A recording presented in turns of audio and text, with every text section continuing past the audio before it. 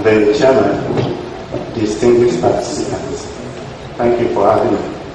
The title of my paper is Winning with Words, the Semantics of Muhammad Ali's Verbal Punches. I have a broad outline: the story, the theory, the analysis, and the synthesis. We begin with the story. Deadline was October 30, 1974.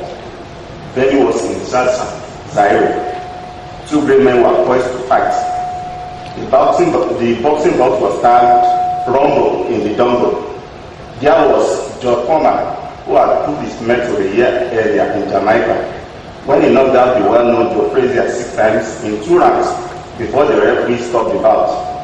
Joe Frazier was before then the undisputed heavyweight champion, and there was also Muhammad Ali, who was beaten in an earlier fight dubbed the fight of the century, on points by Joe Frazier, though the fight had visible impacts on the two men. The encounter this day, on October 30, 1974, was between Foreman and Ali. The African jungle, as it was referred to, was Kinshasa. But something happened before the day.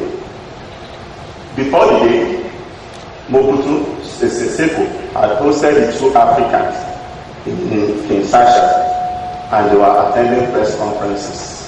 Muhammad Ali was witty, he had his way with the words, he was poetic, he was funny, and many people liked him. As the fight was about to start, that was supposed to George Foreman. As the fight was about to start, pardon that, the 60,000 spectators started shouting, Ali, Bomaye, Ali, Bomaye, Ali, Bomaye, Ali, kill him. Ali won the audience himself. Though he got the bombs delivered by Foreman, he succeeded in giving Foreman his first career knockout. He had won the people with words, so that when he received punches from Foreman, his opponent was good. But when he delivered his, he was failed. A man who knows how to use words often has his ways. Then, who is Muhammad Ali?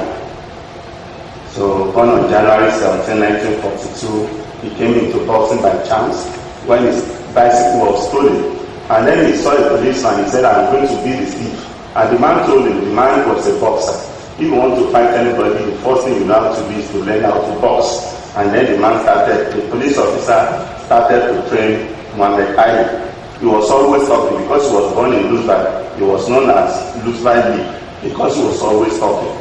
When he was in Olympic in 1960, he was so much in the news because he had his way with words, to the extent that people began to know him as the mayor of the Olympic village. Many of his people, his fellow athletes, did not like him very much because he always took the shine out of them. This is part of the introduction that I'm making. That he had his challenges. At the end of the day, he had 61 professional fights over a period of 21 years. But one thing that was remarkable, which makes him to be the subject of this presentation, is the fact that he had communicative competence through which he was able to achieve his purpose, and he was popular. The second segment has to do with the theory. I'm using the semantic theory. There is an interface, there is a connection, a relationship of interdependence among culture, language, and semantics. Culture is the sum total of human experience, and language operates within a particular culture. So you cannot have a culture without a language that expresses it. And language itself is a key component of any culture.